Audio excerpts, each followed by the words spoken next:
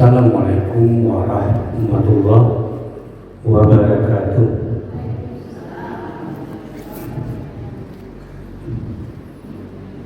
Alhamdulillahirabbil alamin.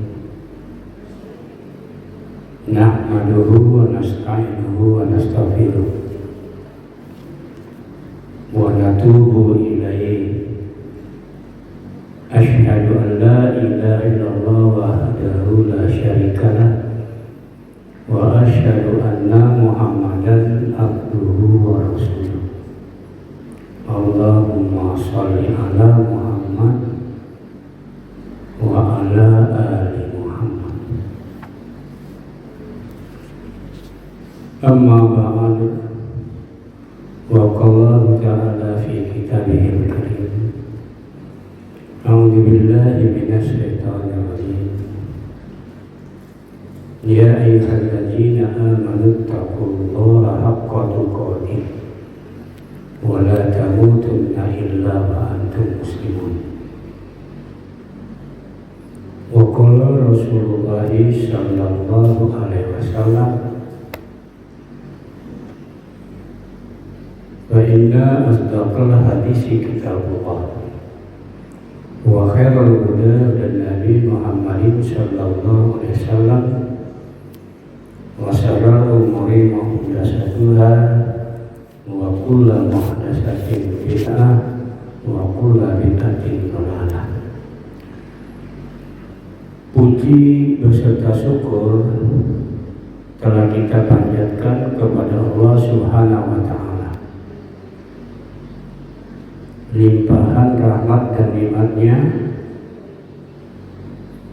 yang Allah tetap curahkan kepada kita masih kita terima dan kita rasakan, sehingga kita masih diberikan lagi kesempatan untuk menyembahnya,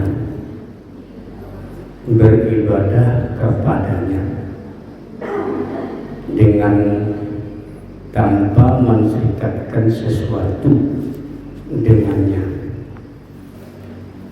Semua itu lantaran nikmat iman, nikmat Islam, serta nikmat sehat dan lapang masih terkumpul di dalam diri kita masing-masing. Mudah-mudahan nikmat-nikmat itu dapat kita syukuri dengan benar, sehingga kita memperoleh keberuntungan, beruntung di dunia, lebih-lebih lagi di akhirat.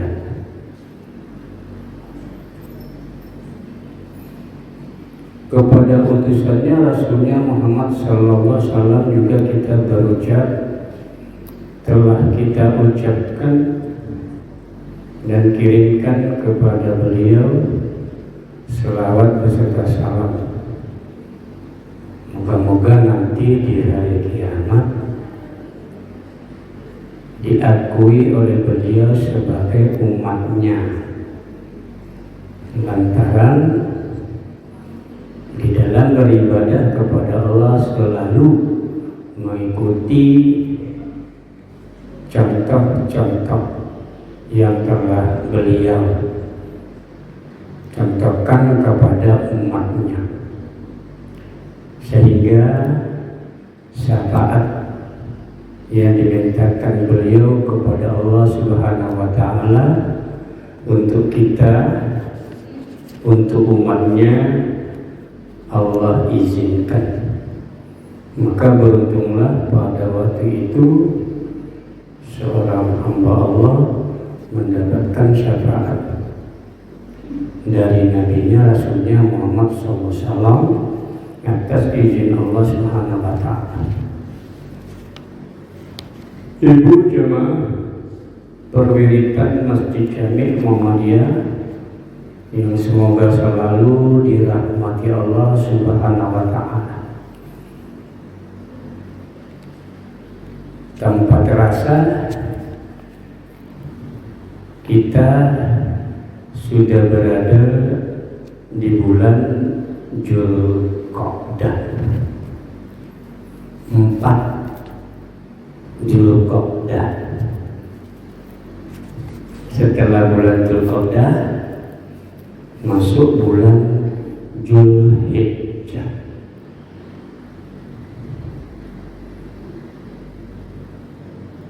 Pada kesempatan ini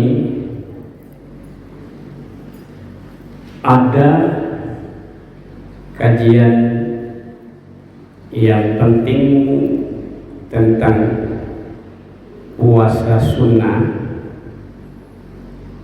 yang banyak saudara kita melalaikannya, mengerjakannya. Kemudian ada lagi yang begitu semangat mengerjakan puasa ini, dia menggabungkan ibadah puasa ini dengan puasa wajib.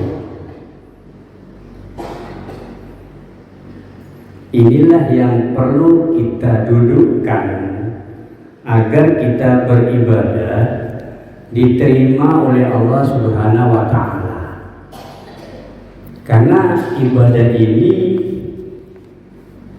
tauqifiyah. Aslul ibadah tauqifiyah. Asal ibadah ini adalah berdasarkan dalil Al-Quran maupun Sunnah yang diterangkan oleh Rasulullah kepada umatnya. Tidak boleh sembarangan kita berbuat. Kalau kita berbuat tidak ada perintahnya, tidak ada contohnya di Rasul, maka ibadah yang kita lakukan sia-sia.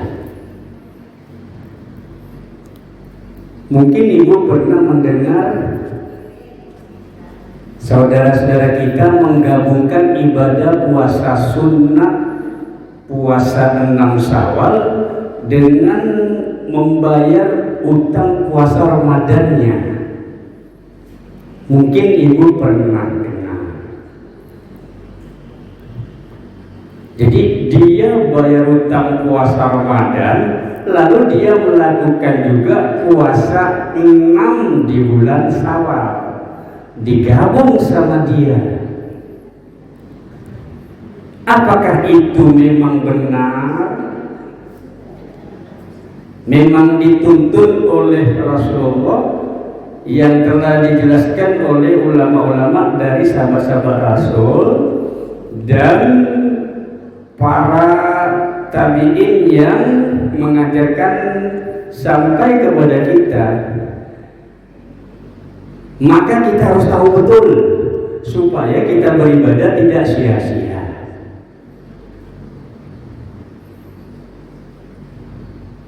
Sebelum kita masuk kepada menggabungkan dua ibadah, apakah itu boleh atau tidak, maka kita harus tahu betul kaidahnya. Apabila kita telah paham tahu kaidahnya, maka kita akan mudah untuk menggabungkan dua ibadah. Boleh ini digabung karena berdasarkan kaidahnya. Sebelum kita masuk ke sana, puasa yang sudah kita amalkan, yakni puasa 6 hari di bulan Syawal. Ibu tahu betul kenapa ibu serius rajin melaksanakan ibadah puasa ini? Karena memang ibadah puasa ini punya keutamaan besar, yaitu orang-orang yang melaksanakan ibadah puasa ini dia seperti melaksanakan ibadah puasa setahun. Itu dia. nggak kuat puasa 1 tahun. Siapa yang kuat puasa 1 tahun? Tapi karena Allah yang maha luas rahmatnya, umat nabinya ini dilebihkan oleh Allah dari umat yang lain, maka Rasulullah beri kabar orang yang puasa 6 hari di bulan Syawal setelah puasa Ramadan, dia diberikan Allah SWT kayak puasa 1 tahun. Ya kan keutamaannya. Mana dalilnya? Rasulullah bersabda, qala Rasulullah SAW an Abi Ayyub al-Ansari radhiyallahu anhu, dari Abu Ayyub al-Ansar ridho Allah akannya, anna Rasulullah SAW, bahwasanya Rasulullah SAW bersabda, qala man shoma Ramadana, barang siapa berpuasa Ramadan, summa atba'uhu sittan min Syawal, kemudian dia lanjutkan puasa 6 hari di bulan Syawal,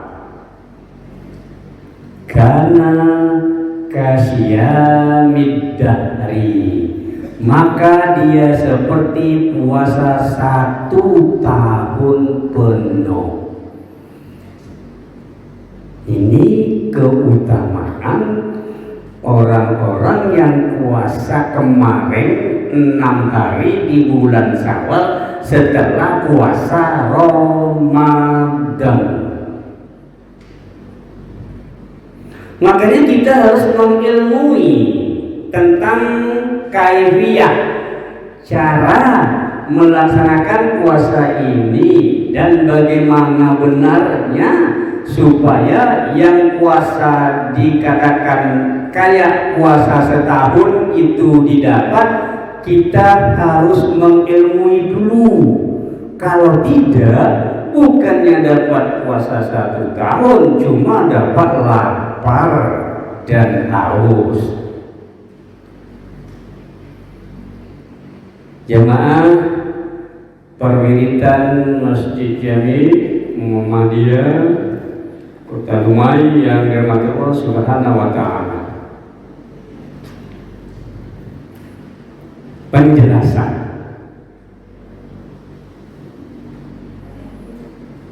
Imam Nawawi rahimahullah ta'ala yang bermazhab Syafi'i, beliau berkata dalam hadis di atas terdapat dalil jelas sekali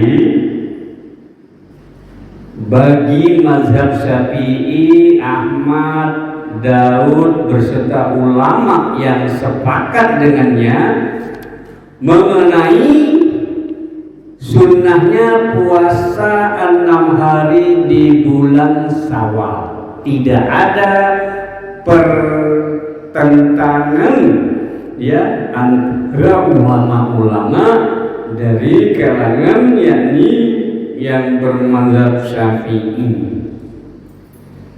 Sunnah. Ibnu Hubairah rahimahullah ta'ala berkata, mereka bersepakat tentang sunnahnya puasa 6 hari di bulan Syawal, kecuali Abu Hanifah dan Malik. Dia tidak mengatakan sunnah,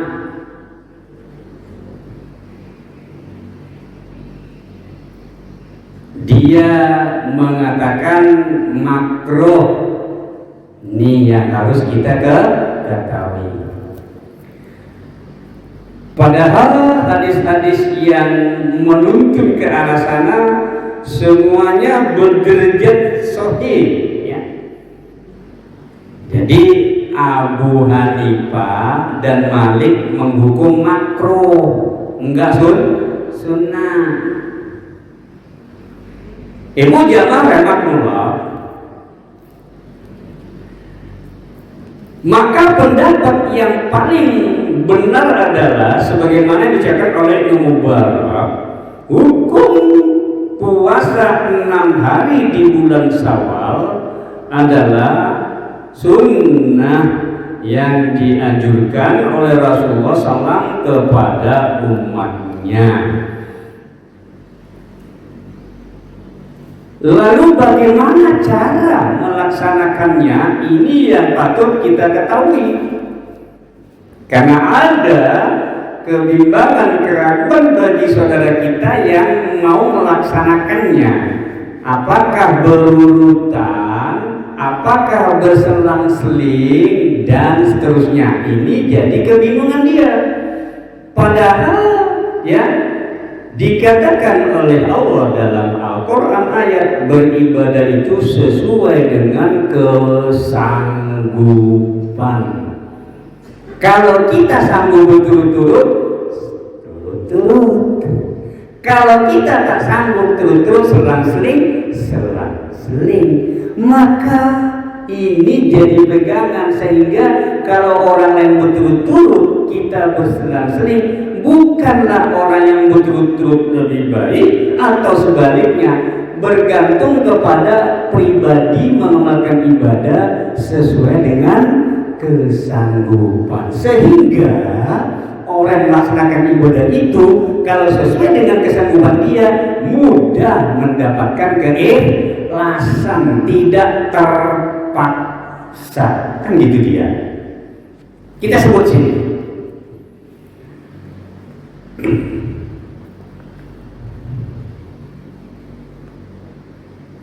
Para ulama telah menjelaskan puasa 6 boleh dilaksanakan berturut-turut setelah 1 Syawal,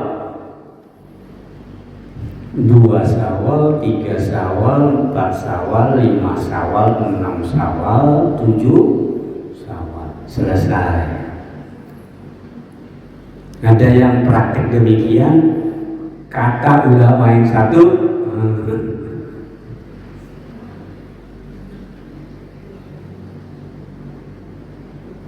yang kedua, boleh melaksanakan puasa 6 ini berselang. Maknanya artinya dia puasa tanggal 2 Syawal puasa, 3 Syawal puasa, berhenti, ngambil lagi berikutnya, ya, 2 lagi, ngambil lagi berikutnya, 2 lagi, sampai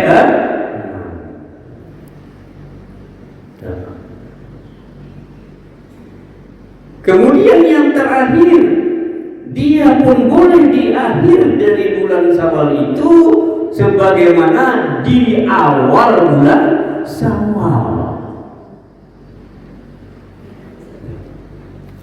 Nah, tinggal pilih.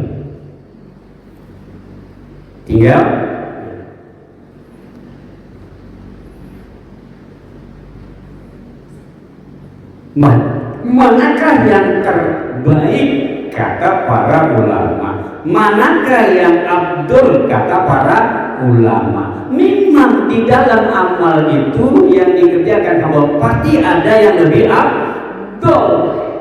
Apabila ditunjukkan hadis, dia lakukan sebagaimana seperti hadis, maka dia paling abdul.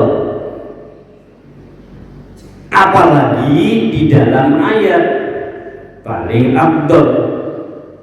Maka Syekh Shalih Utsaimin, ulama Arab-Saudi, guru besar Universitas Islam Madinatul Munawwarah, dia berkata, menurut dia yang paling abdul yang berturut setelah 1 Syawal.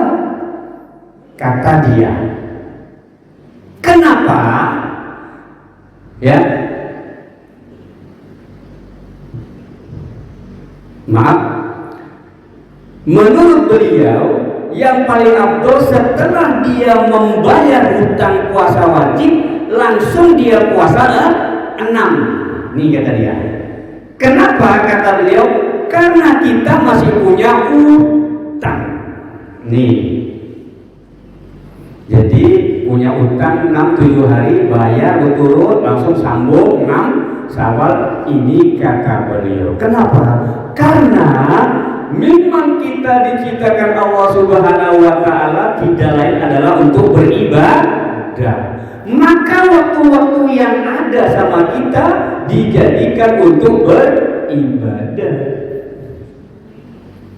Lalu bagaimana orang yang puasa 6 dulu baru bayar utang? Ini pun bisa dia melaksanakan baik juga. Dia puasa 6 dulu baru bayar hutang. Ini pun memang ada perilaku Aisyah. Aisyah bayar hutang puasa Ramadan, pernah bayar hutang di bulan Sya'ban. Bayar hutangnya bulan Sya'ban. Kata para ulama, mungkin karena sesuatu hal tidak sempat ikut berdakwah Rasul dan sebagainya, sehingga dia membayar hutang puasa wajib Ramadan di bulan Sya'ban.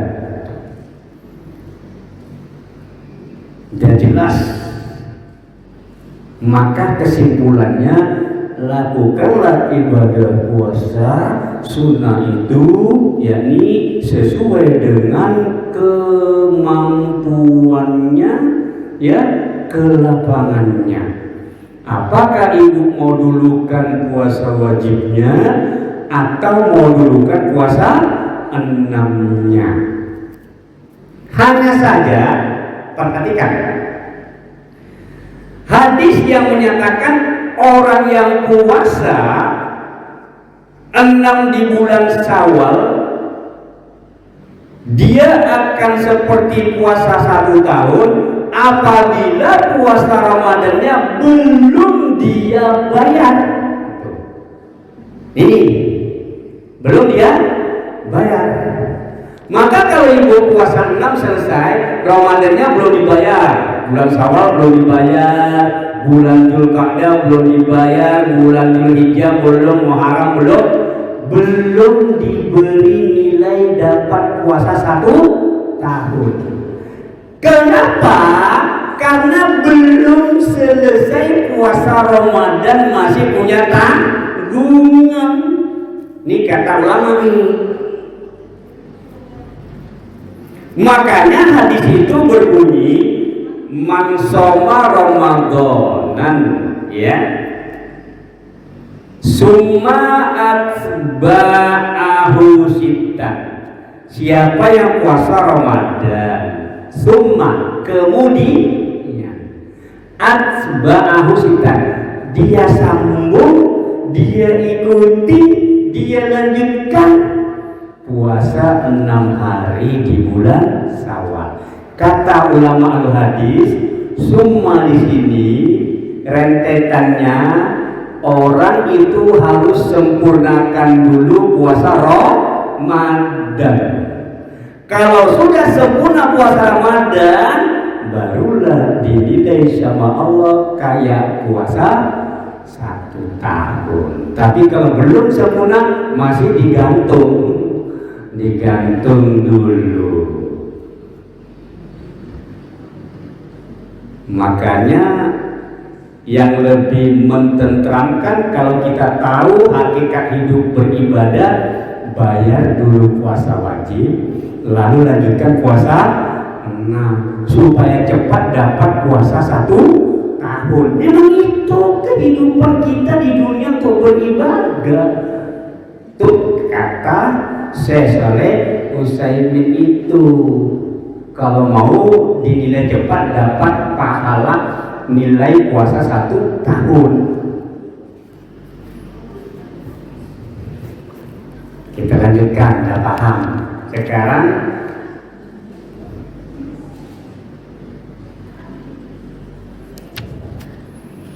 bagaimana orang yang menggabungkan bayar utang puasa Ramadan dengan puasa 6. Ini yang harus didudukkan. Sebelum mempraktekkan ibadah tersebut, hafal dulu kaidahnya. Ulama Ibnu Rajab Al-Hambali, ya, ulama Ibnu Rajab Al-Hambali, dia berkata kepada kita, kalau mau gabungkan dua ibadah, hafal kaidahnya. Kaidahnya berbunyi, apabila berkumpul dua ibadah,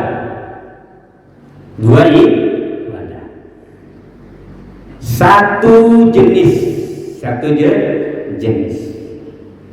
dalam satu waktu, salah satunya bukan karena mengganti, mengkodok, salah satunya bukan karena mengganti atau mengkodok atau mengikuti pada ibadah lainnya, maka dua ibadah tersebut bisa digabung jadi satu. Saya ulangi lagi, Pak, kaidahnya.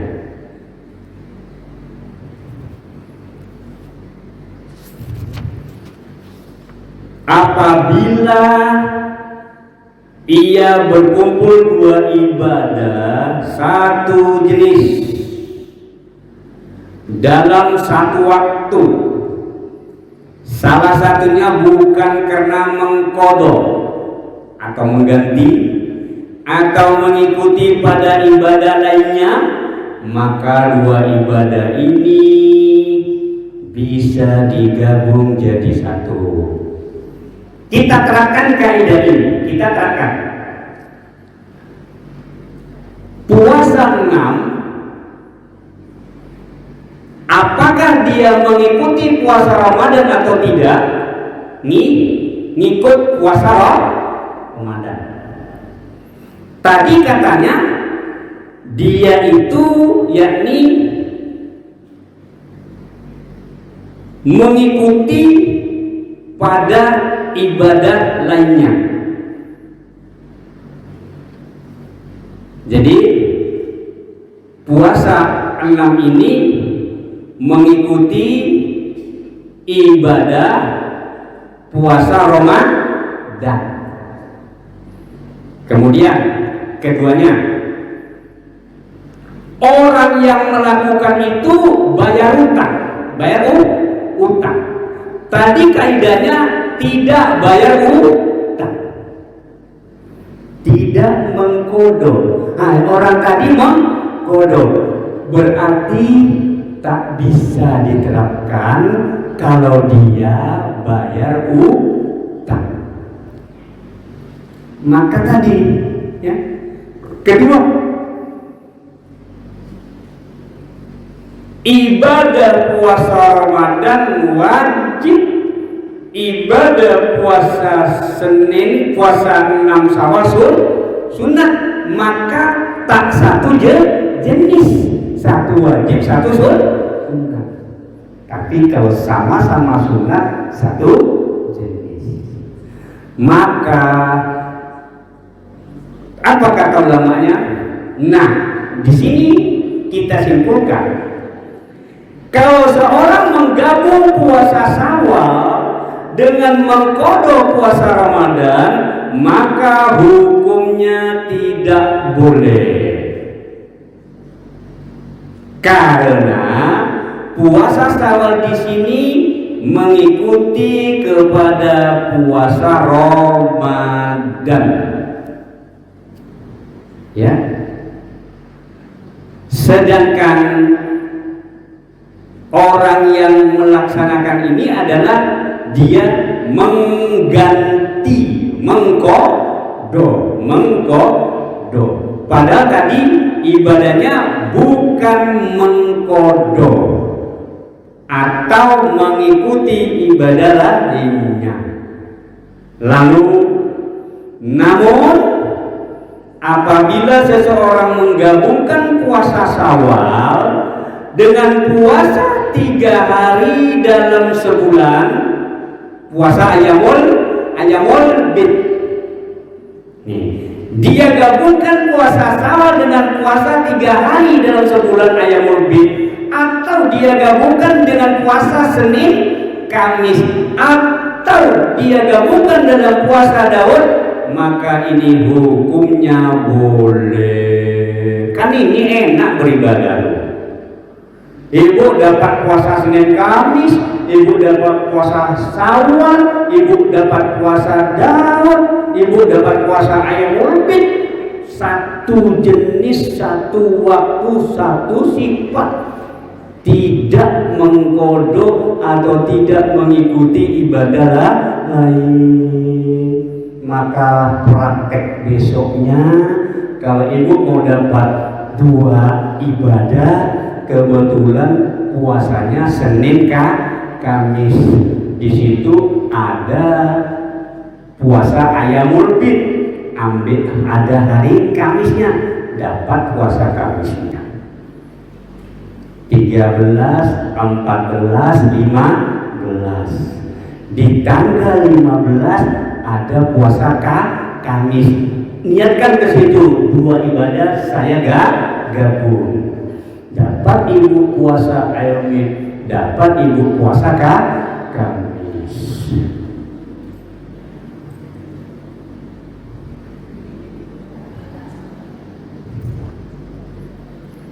Inilah ya kaidah menggabungkan yakni 2 ibadah.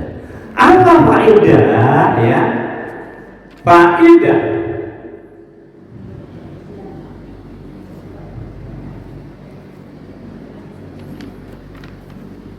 yang dapat diambil dari orang yang melaksanakan ibadah puasa 6 ini, yang pertama, puasa 6 hari di bulan Syawal itu ya berarti dia meraih pahala puasa 1 tahun. 2, puasa 6 hari di bulan Syawal yang dia lakukan itu ya seperti orang yang melaksanakan sholat sunat rawatib sebelum dan sesudah sholat fardu, yang fungsinya menyempurnakan kekurangan nilai puasa fardunya. Tuh, kalau kita puasa sunat, dicukupkan sama Allah kekurangan puasa fardunya tadi. Ketiga, puasa 6 hari di bulan Syawal setelah Ramadan itu kata ulama sebagai tanda bahwa Allah Subhanahu wa ta'ala menerima puasa Ramadan dia. Tuh, kan gembira berita dari ya ulama tentang orang yang melaksanakan puasa 6 hari di bulan Syawal setelah Ramadannya, ini katanya tanda ibadah puasa Ramadan dia diterima Allah.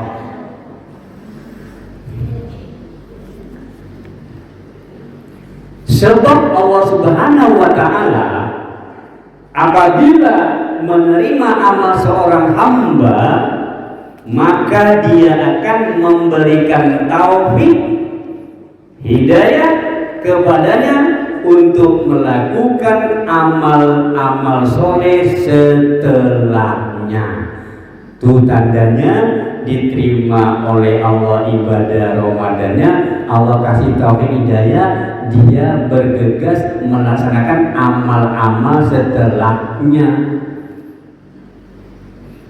Kemudian puasa 6 di bulan Syawal itu sebagai ungkapan rasa syukur setelah Allah mengampuni dosa-dosa dia.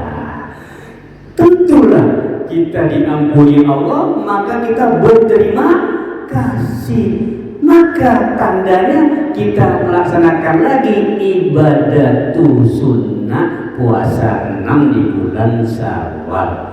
Semakin Allah mengampuni hambanya, semakin banyak hambanya melaksanakan ibadah. Inilah yang dipraktekkan, dicontohkan oleh Rasulullah SAW pada saat beliau sholat malam sampai bengkak-bengkak kakinya. Aisyah bertanya, lalu Rasulullah jawab, ya, apa kata Rasulullah? Kan dosamu, kata Aisyah, sudah diampuni Allah SWT.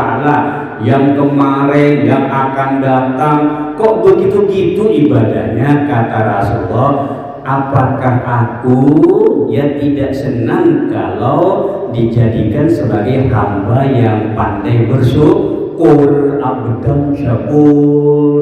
Semakin diampuni semakin bersyukur, banyak beribadah. Terakhir, puasa 6 Syawal ini berfaedah sebagai tanda keteguhannya dalam beramal soleh.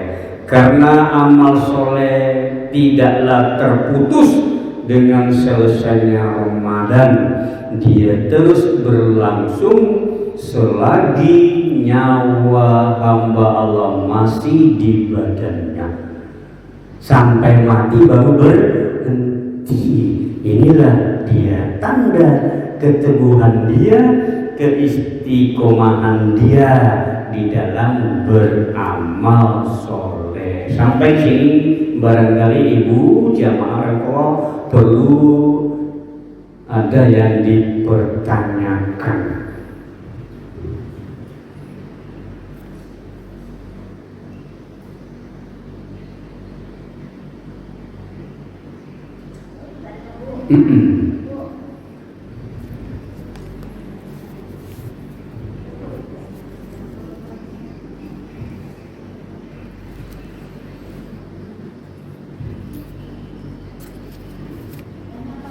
Iya.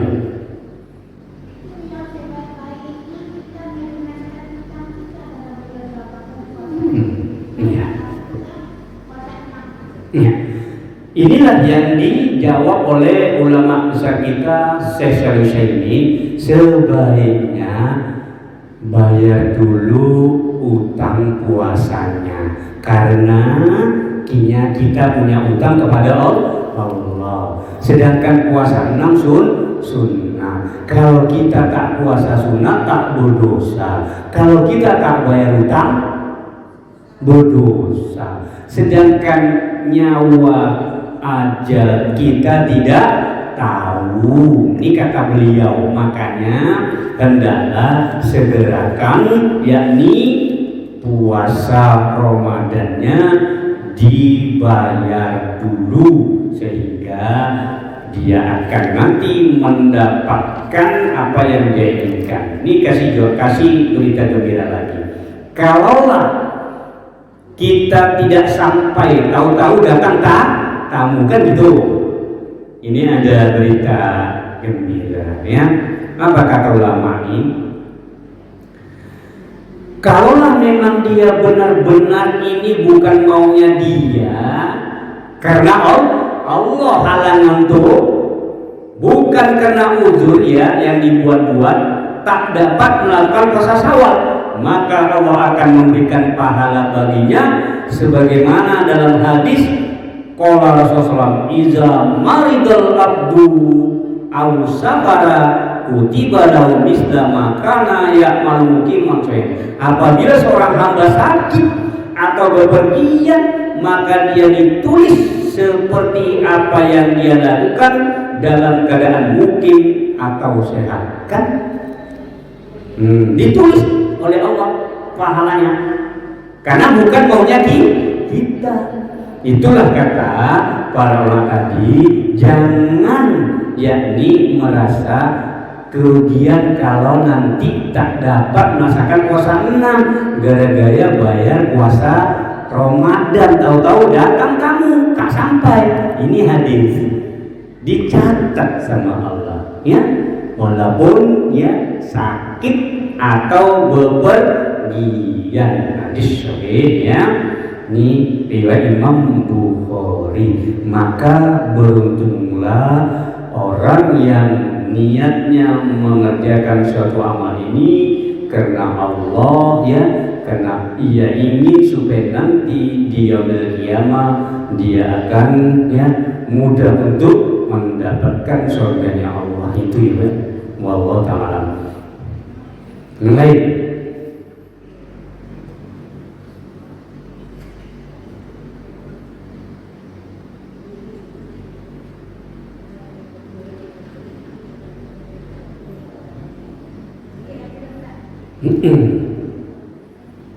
Misalnya ada macam itu, puasa sunat Kamis itu karena mengucapkan nama kita diangkat malaikat. Iya. Benar. Ketika Rasulullah dia praktekkan puasa Senin dan Kamis, lalu sahabatnya bertanya, ya Rasulullah, kenapa engkau kok selalu puasa hari Senin dan Kamis? Apa kata Rasulullah? Hari Senin hari kelahiranku, maka aku puasa. Hari Kamis hari di mana amal soleh seorang hamba diangkat, dilaporkan ke langit ya, dibawa oleh malaikat, dilaporkan ya kepada Allah Subhanahu wa taala, supaya aku amalku ini diangkat, dilaporkan, ditulis, dibukukan oleh Allah. Maka aku harap aku sedang puasa, maka aku puasa Senin dan Kamis. Maka itulah Rasul yang memberikan dorongan kepada umatnya. Senin Kamis amal-amal soleh hamba dilaporkan kepada Allah, diangkat. Maka disitulah Rasulullah puasa Senin Kamis.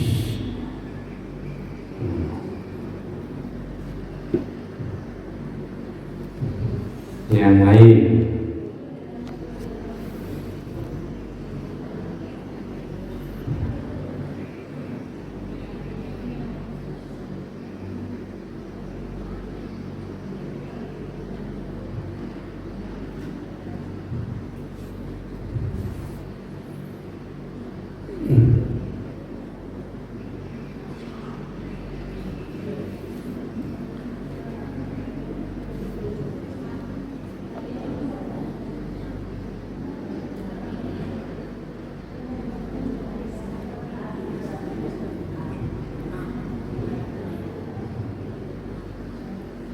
Oke, kalau tidak ada pertanyaan, kita bacakan hadis pendorong kita untuk melaksanakan ibadah satu ini, ya, ibadah puasa sunnah ini, ya, merupakan pendorong kita. Apa kata Rasulullah? Ya,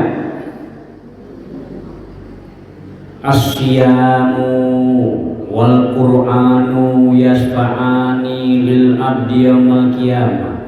Puasa dan Al-Quran itu akan memberikan syafaat kepada seorang hamba di hari kiamat nanti. Quran dan puasa. Ayo cari syafaat dalam puasa. Yaqulu syam, berkata puasa, ayu rabbana tu ta'ama was sahawat bin nahari fasaffiqni. Ya Rabb, saya telah menahannya dari makan dan nafsu syahwat.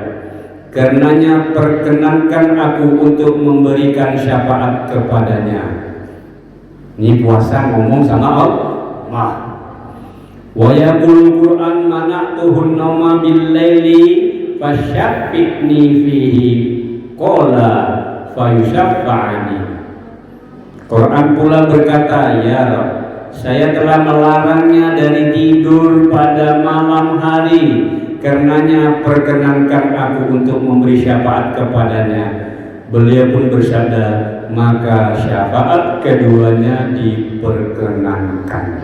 Inilah kehebatan puasa. Di hari kiamat nanti dia minta kepada Allah syafaat, ya Allah, tolong hamba-Mu ini yang selalu puasa, tolong lepaskan kesusahannya, angkat dia, ya cepat masukkan ke surga. Begitulah dia puasa mintakan kepada Allah.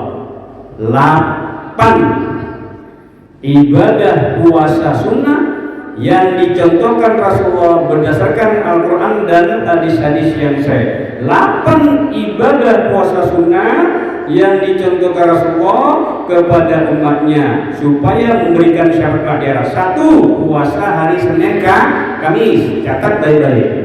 Selainnya jangan terlalu ditekuni karena masih berbau-bau bukan sahih. Kedua, puasa Nabi Daud. Sehari puasa, sehari berbuka. Ketiga, puasa bulan Sya'ban.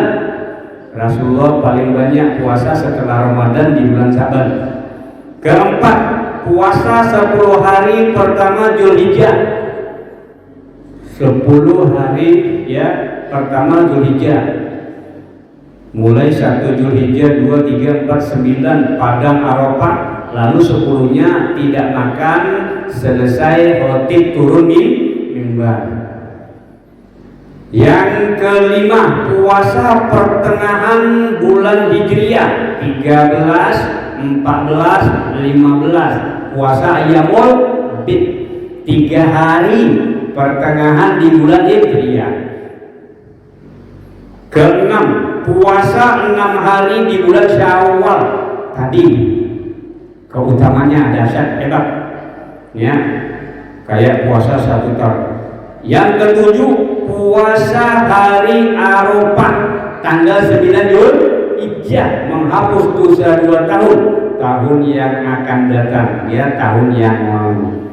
Keutamaannya. Kemudian yang ke-8, puasa Asyura yang menurut praktek yang sahihnya tanggal 9 Muharram dan 10 Muharram, dapat menghapus dosa 1 tahun yang lalu. Ini 8 puasa sunnah yang sahih, yang tidak ada lagi keraguan, yang kita bisa mengamalkannya sesuai dengan kemampuan kita, sehingga nanti di hari kiamat dia akan mintakan syafaat kepada Allah. Senin Kamis ibu biasa rutinkan Senin Kamis. Ibu biasa Ayyamul Bid, rutinkan Ayyamul Bid. Salah satu yang 8 ini. Jadi kita harap-harap nanti di yaumil kiamat. Dan pertanyaan masih ada waktu? Puasa Senin Kamis 1, puasa Daud 2, puasa bulan Sya'ban 3, puasa 10 hari pertama Dzulhijjah 4. Kelima, puasa pertengahan bulan Hijriah Ayyamul Bid, puasa hari putih setiap bulan Hijriah 3 hari, 13, 14, 15. Itu fadilahnya kayak puasa 1 tahun. Orang amalkan itu kayak puasa 1 tahun. Yang keenam, puasa 6 hari bulan Syawal. Tadi kayak puasa 1 tahun setelah dia puasa Ramadan. Yang ketujuh, puasa hari Arafah. Wukuf di Arafah yang melaksanakan ibadah haji bertepatan tanggal 9 Dzulhijjah, menghapus dosa 2 tahun, tahun yang lalu, tahun yang akan datang. Menghapus dosa 2 tahun, tahun yang lalu, tahun yang akan datang. Yang ke-8, puasa Asyura, puasa 10 Muharram yang pelaksananya tanggal 9 dan 10 Muharram, menghapus dosa 1 tahun, tahun yang akan datang, kemudian tahun yang lalu. Jadi ini puasa sunnah ini ya, kalau kita tekuni salah satunya, kita harapkan syafaat nanti di hari kiamat. Macam ibu mungkin Senin Kamis ya kan, Senin Kamis rutin sampai akhir hayatnya. Mungkin satunya Ayyamul Bid, tengah-tengah di bulan Hijriah.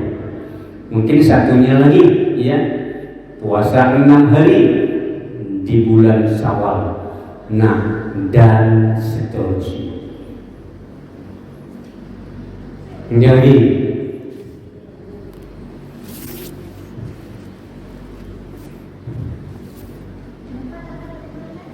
empat tadi puasa 10 hari pertama bulan Zulhijjah. Jadi tanggal 1 Zulhijjah puasa, 2 Zulhijjah puasa, 3, 4, 5, 6, 7, 8, 9. Yang paling dijaga tanggal 9 Zulhijjah.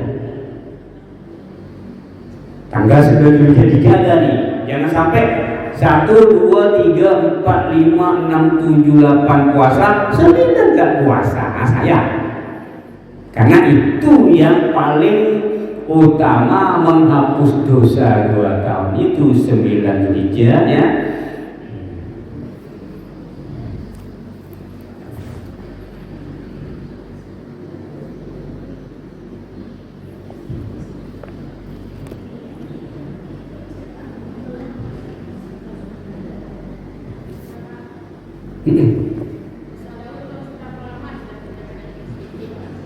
Ya, sepanjang-panjang kita hidup, sehingga di hadis sebaik-baik puasa dan amal yang paling Allah cintai adalah puasanya Daud ya. Puasa sehari, buka sehari, sehari puasa, buka sehari, sehari puasa, buka sehari. Itu memang orang yang diberi taufik hidayah sama Allah ya. Betul Bu, karena fadilah ditinjau dari ilmu kesehatan mental, jasmani, rohani, sehat semuanya. Jasmaninya sehat ya, karena tak banyak makan yang aneh-aneh. Sekarang makanannya campur-campur kimia-kimia. Orang banyak sakit gara-gara itu makanan. Dia puasa, makan sehari puasa, cuma 15 hari dia makan. Kita Masya Allah 1 hari makannya 7 kali tuh. Nah, lalu sehat mental, ngomongnya dijaga sama Allah. Ngomongnya gak pernah ngomong kotor-kotor, gak pernah ngomong sia-sia, karena dia puasa ya. Nah itu dia. Jadi sepanjang hidup kita, kalau kita mengamalkan puasa ya begitu ya.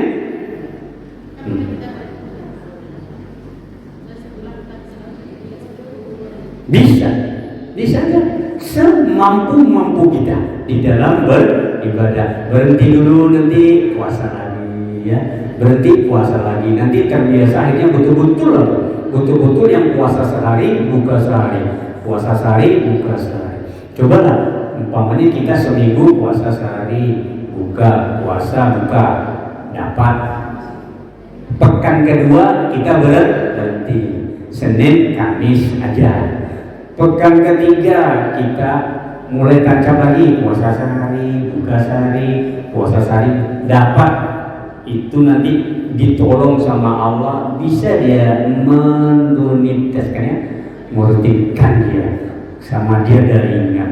Memang dipilih-pilih Allah SWT hamba-hambanya mendapat taufik dan hidayah untuk melaksanakan ibadah puasa. Memang ibadah puasa ini ibadah yang tidak ada tandingannya, sehingga ketika sahabat bertanya kepada Rasulullah, Abu Umamah Al-Bahili, ya Rasulullah, beri aku wasiat, beri aku nasihat, suatu amal yang bila aku kerjakan ya, dia akan nanti memasukkanku surga. Apa kata Rasulullah? Atas kamu berpuasa, karena puasa itu tidak ada yang bisa menandingi dia.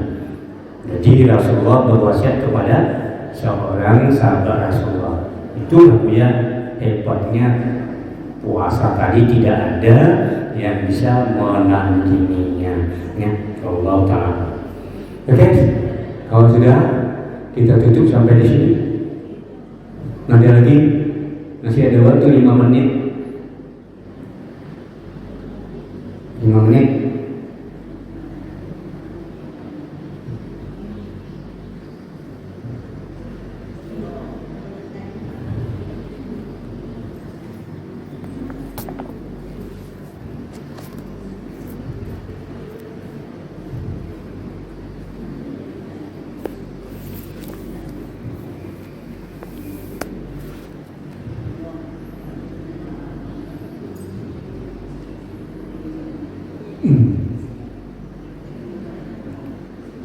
Enggak?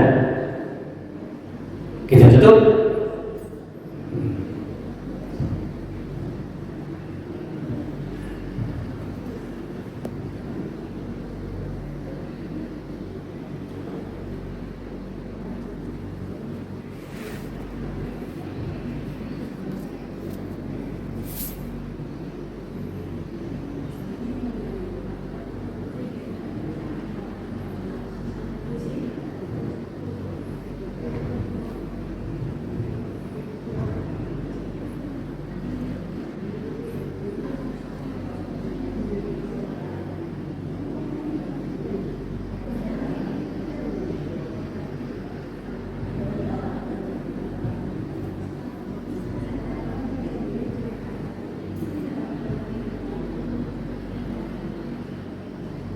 Nah, ada bertanya, capek.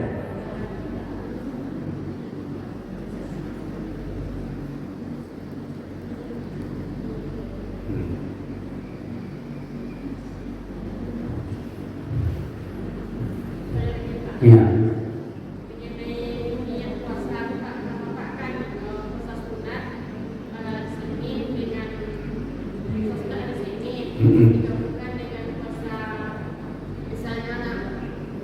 Iya.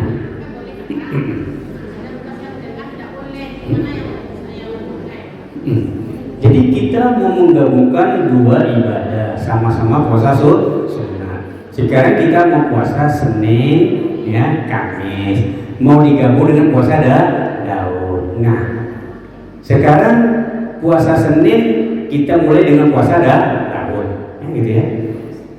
Kita berniat hati, saya mau puasa Daud dengan Senin. Itu ya.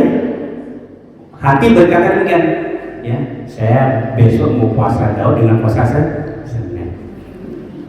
Tuh niatnya. Selasa buka, ya. Kemudian Rabu dia puasa lagi. Nah, kemudian itulah tadi Senin puasanya sunat puasa Senin dia dapat dengan puasa Daud. Cara menggabungkannya, ya begitu. Pamannya mau menggabungkan ini lagi. Senin, Kamis, 13, 14, 15. Selasa, Rabu, Kamis. 13, 14, 15. Ibu mau gabungkan puasa Kamis dengan puasa Ayyamul Bid. Besok saya mau puasa Ayyamul Bid dengan puasa Kamis. Tuh hati berkata. Ya, jadi ini Selasa, Rabu, Kamis. Di situ Ibu 13, 14, 15. Ibu dapat puasa Ayyamul Bid, dapat puasa Kamis. Cuma melakukan satu amalan, tidak dua. Indah. Jadi kalau diterapkan dengan kaidah ibadah yang lain, contoh lagi, Ibu melakukan sholat sunat tahiyatul masjid, ya, dengan sholat sunat qobliyah dhuhur atau qobliyah isya, ya, masuk ke masjid. Seharusnya sholat sunat tahiyatul masjid selesai baru qobliyah dhuhur. Gabungkan karena waktu tadi orang sudah selesai, ya, waktu tadi. Nah, Ibu sudah ujung-ujung, Ibu masuk masjid, niat sholat qobliyah dhuhur dengan tahiyatul masjid. cuma satu pelaksanaan ibadah ya qobliyah dohor, ibu sudah dapat tahiyatul masjid, ini 2. Nah, karena waktunya sudah dekat, nanti 2 kali lama nunggu nih gitu. Satu lagi ibu mau gabungkan sunat wudhu, sholat sunat wudhu dengan ibu sholat sunat umpamanya qobliyah fajar ya. Ibu ambil air wudhu, sudah selesai azan kedua, sholat sunat fajar atau sholat sunat qobliyah subuh. Hati berkata, saya mau sholat sunat qobliyah fajar dengan sunat wudhu. Lakukan, nah itu satu perbuatan ibadah dapat 2-duanya. Itu kaidah menyatukan 2 ibadah, satu jenis, satu waktu, satu tempat. Nggak perlu 2 lagi kita melaksanakan lebih-lebih lagi pada waktu yang sempit. Itu praktek kaidah tadi.